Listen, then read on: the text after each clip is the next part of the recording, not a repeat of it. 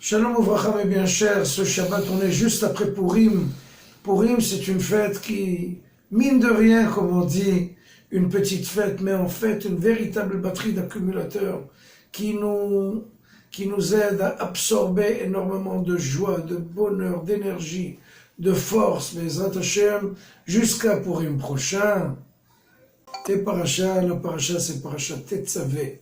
Tetzavé c'est donner des ordres. Ve'ata Tetzavé, c'est la première paracha de la Torah, à partir du moment où Moshe Rabbeinu est né. Cette paracha, donc, on ne trouve pas le nom de Moshe Rabbeinu. Ve'ata Tetzavé, et toi tu ordonneras au peuple d'Israël. En général, toutes les parachiotes commencent, et Dieu a parlé avec Moshe, et tu diras au peuple d'Israël, et Moshe. Là, cette paracha, on ne trouve pas le nom de Moshe. Moshe est complètement mis de côté. C'est très bizarre. Bon, il y a énormément de réponses. Une réponse que j'ai donnée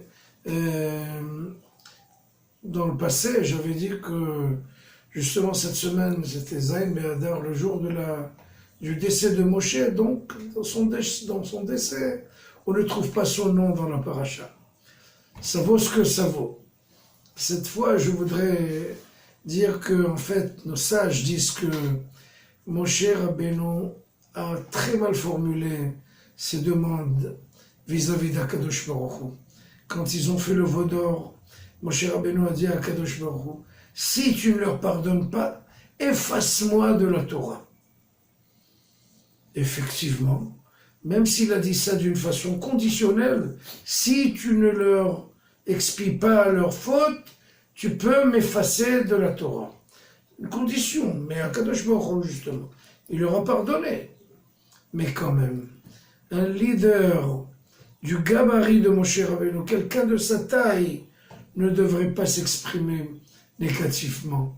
Il faut toujours parler d'une façon positive, d'une façon bonne, d'une façon propre, d'une façon qui fait du bien et pas qui exprime du mal. Jamais il ne faut s'exprimer d'une façon négative. Toujours dire les choses d'une façon positive. Par exemple, ne jamais dire il meurt de faim, il crève de soif.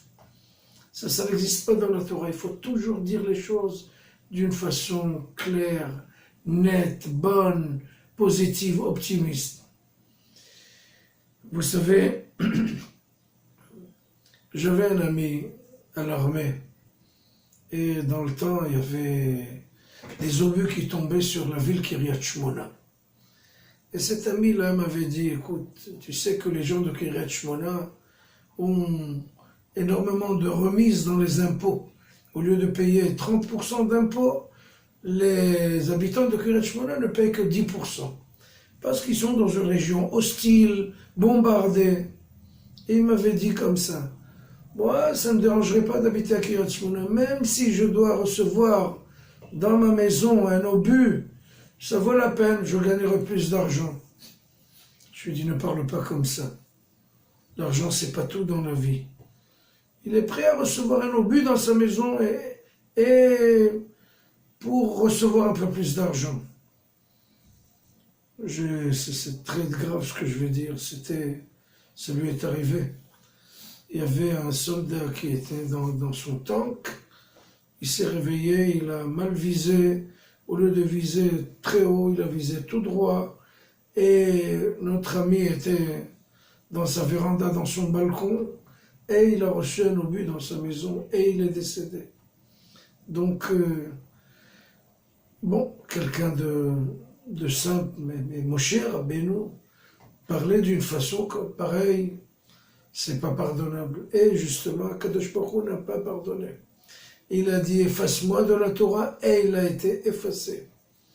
Conclusion, habituons-nous à parler proprement, clairement, positivement, et d'une façon qui donne de l'espoir, qui donne du plaisir, qui donne de la joie et ne jamais formuler ces phrases d'une façon, chas v'shalom, qui peut être nuisible et nocive, mais d'une façon qui peut justement nous relever dans des sphères très bonnes, propres et positives. Shabbat Shalom.